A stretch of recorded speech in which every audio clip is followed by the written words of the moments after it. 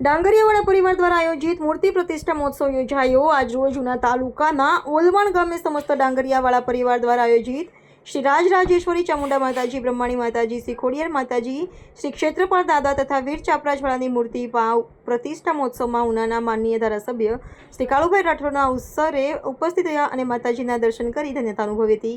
આ અવસરે જિલ્લા પંચાયતના સદસ્ય શ્રી હરિભાઈ સોલંકી, ભાઈદાસભાઈ વાળા ઉપસ્થિત રહ્યા હતા।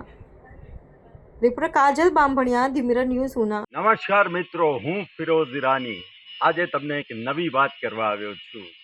દીવ મિરર ન્યૂઝ જોતા રહો, સબસ્ક્રાઇબ કરવાનું ભૂલતા નહીં અને શેર કરવાનું પણ ભૂલતા નહીં। સત્યની સાથે જોડાતા રહો।